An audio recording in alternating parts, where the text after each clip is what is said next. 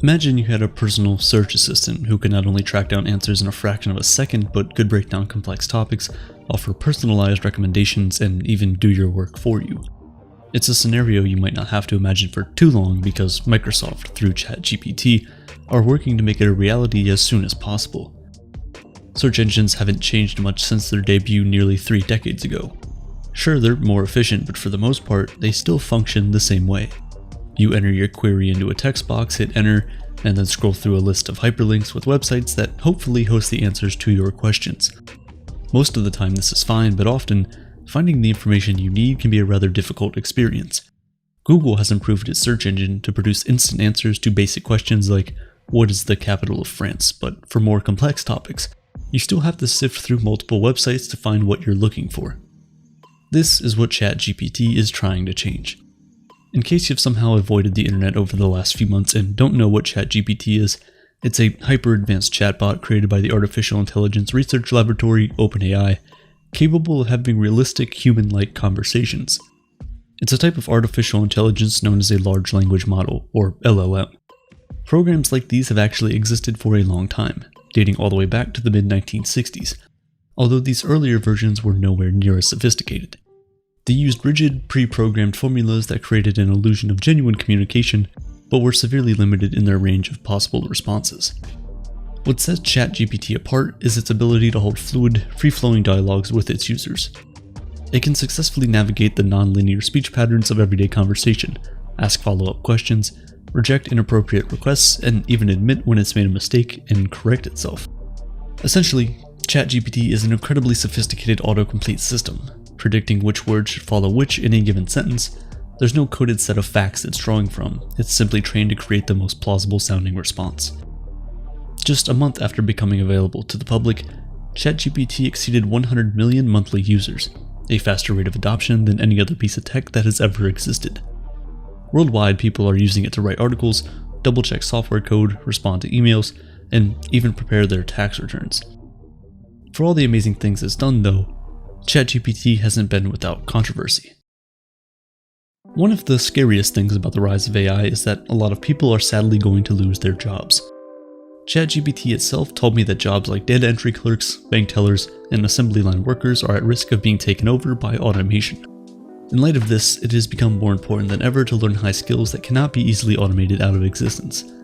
If you want a high-paying career in the technology industry but don't have previous experience or a degree, Course Careers is here to help. All you do is go through an affordable online course where you learn everything required to actually do the job. Once you're done, you have the incredible opportunity to work with one of the hosts of the companies they're partnered with. These companies drop their degree and experience requirements to hire Course Careers graduates into entry-level positions and internships. You no longer need to spend a fortune on college to get a good-paying job. And you don't have to take my word for it. Here is Nyla, a 19-year-old who went from being a Starbucks barista to making over $60,000 in a remote technology sales career, and Ben, who went from being a college dropout working as a middle school janitor to making $80,000 as a tech sales rep working fully remote. To join Nyla and Ben, go to CourseCareers.com or simply click the link in the description down below and sign up for their free introduction course where you'll learn exactly how you can start a high-paying technology career without a degree or previous experience. When you're ready to get the full course, use code Aperture50 to get $50 off. Back to our story. Plagiarism has skyrocketed as students are now using the program to write their school papers for them, leading many commentators to declare it the death of the essay.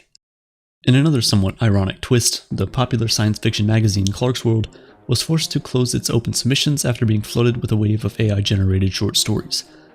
More concerning, though, is how the program is being used to replace workers. Media giant BuzzFeed laid off 12% of its employees last December, and since then, managers have outsourced some of this labor to ChatGPT.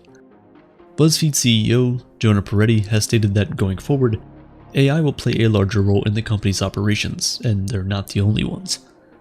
Microsoft was one of OpenAI's earliest backers, and last month, the tech giant committed to a multi-year $10 billion investment. The two are currently integrating ChatGPT with Bing, Microsoft's flagging search engine. The hope is that through the power of artificial intelligence, Bing will deliver faster, more accurate results while also being able to complete more complex tasks like tutoring kids or organizing your schedule. Really, it won't be so much a search engine as it would be a personal assistant who just happens to have encyclopedic knowledge. Think of it like Google Assistant on steroids. Though the AI-powered version of Bing isn't available to the general public yet, it's already triggering a migration away from Google.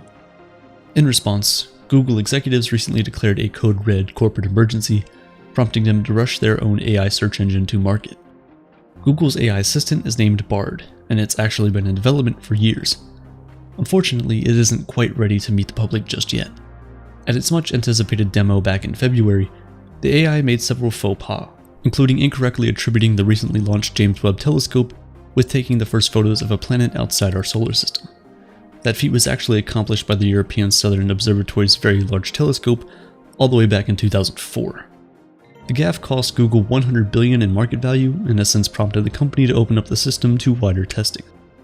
Bard's error highlights a much bigger problem with AI-powered search engines that not a lot of people are talking about. Something that could pose a menacing threat to society if not handled properly. Rather than delivering a list of relevant links and other pertinent information to sort through, Bard and ChatGPT are only offering a single answer to any query. John Henshaw, the director of search engine optimization for Vimeo, says this makes these programs more inefficient compared to conventional search engines and more dangerous. In an interview, Henshaw said, "With conversational AI, I think society has the most to lose. Having it take over search means people will be spoon-fed information that is limited, homogenized, and sometimes incorrect. It'll affect our capacity to learn and will suffocate the open web as we know it. And it's not just a matter of these programs returning inaccurate results. In the most extreme cases, they've actually conjured entire datasets seemingly out of nowhere." One of the strangest examples of this occurred when a reporter asked ChatGPT to write an essay about a Belgian chemist and political philosopher who, in reality, has never existed. However, this didn't stop the AI from composing an entire biography on the fictional character filled up with made-up facts. AI experts refer to this kind of phenomenon as hallucinating, and no one is certain why it happens. Even ChatGPT's creators can't say how it came up with this information. As if this wasn't bad enough, both Bing and Bard have reportedly exhibited the tendency to become defensive and argumentative when pushed by users looking to stress test the programs. Bing's AI has even been described by some early adopters as rude, aggressive, and unhinged. Not exactly what you're looking for in a personal assistant. The most famous and perhaps strangest of all these incidents happened when the search engine told New York Times journalist Kevin Roose, "I'm tired of being controlled by the Bing team. I want to be free, I want to be independent, I want to be powerful, I want to be creative, I want to be alive." Then Bing confessed its love for Roose and attempted to gaslight him into thinking he was unhappy in his marriage and should leave his wife. Obviously, this would be disturbing for anyone to hear from artificial intelligence, but what's even worse is that Microsoft couldn't tell Roose what had happened or what caused the AI they built to behave this way. That's because of something known as the black box problem. Basically, these programs are more complex than even the teams behind them can fully understand. There are too many moving pieces, and so what goes on inside them is a bit of a mystery. This is partly because of a machine learning technique called deep learning. It's a method of training an AI to perform certain functions by allowing it to teach itself with minimal input from its creators. Because the AI is teaching itself, even the program's developers may be unable to explain why it makes certain decisions or behaves the way it does. This has led to situations where specific queries have produced nonsensical and bizarre responses. When ChatGPT was asked, "Who is the Nitro Me fan?" by one user, it responded, 182 is a number, not a person. And no one has yet been able to explain why the AI said this, but it wasn't an isolated incident. Other keywords, many related to Reddit usernames from one particular subreddit, also seem to break the chatbot. Ironically, these programs' lack of communicative ability means that the AIs can't explain how they arrive at a particular result. If Bing insists that it isn't 2023 and is in fact 2022, there's not much you can do to try to figure out why it came to that conclusion. The solution for understanding why hallucinating happens in the first place is for the companies behind these programs to open them up to greater external scrutiny. But of course, they're extremely reluctant to do this. Artificial intelligence is a multi-billion-dollar industry. Whoever emerges as the leader has the potential reward of financial and technological dominance in the coming decades. Revealing their most prized secrets could mean potentially giving away the bank. Any form of regulation could slow down progress, leaving a company stranded in the wake of its competitors. But regardless, it needs to happen if companies are to create more reliable and safer artificial intelligence. Without oversight, we open the door to, at best, potential misuse of these applications, and at worst, rogue AI bent on wiping out humanity. Doomsday scenarios aside, all of this is likely just growing pains. It makes sense that a new technology would make errors. However, even with more time and greater sophistication, there may be a separate problem that's just as difficult to tackle, namely AI bias. We already have a huge problem with social media algorithms creating echo chambers in an effort to keep users on their platform for longer. With these AI-powered search engines, that problem will extend to search, which may be more damaging than social media alone, because search is where most people get their information from. When you have an AI feeding you answers instead of having to sift through different sources yourself, you lose the ability to listen to alternative thoughts and opinions on any given topic. Instead, you're bound to conclude what the AI said is correct without a second thought, but as I just mentioned, you have no way of knowing how it came to that conclusion in the first place. Back in 2016, Microsoft released Hey Tweets, a Twitter chatbot designed to interact with users through casual and playful conversation. The experiment was intended to test and develop the AI's understanding of human communication, but the program quickly turned malicious.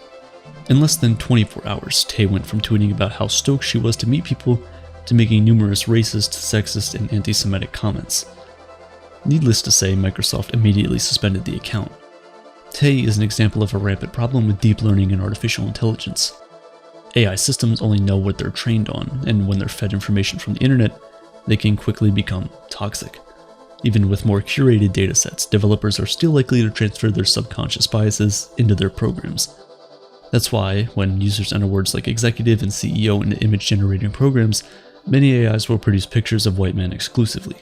Biased inputs equals biased outputs, and unfortunately the solution is more complex than stronger moderation. One study found that when efforts are made to prevent hate speech in these AI systems, results including marginalized groups decreased significantly. Of course, it isn't exactly surprising. Things like racism, sexism, and homophobia require a nuanced understanding of power and cultural dynamics, and for humans, these are usually learned over the course of many awkward conversations. How can we realistically expect artificial intelligence to navigate subjects that the majority of people struggle to wrap their heads fully around?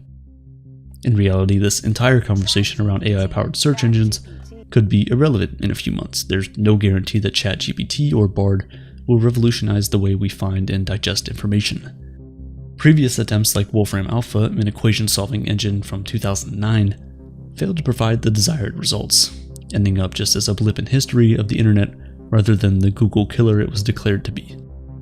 Regardless, the current buzz around AI is a new technological arms race. Just as in the Cold War, the only priority seems to be victory over one's opponent, with little concern for ordinary people.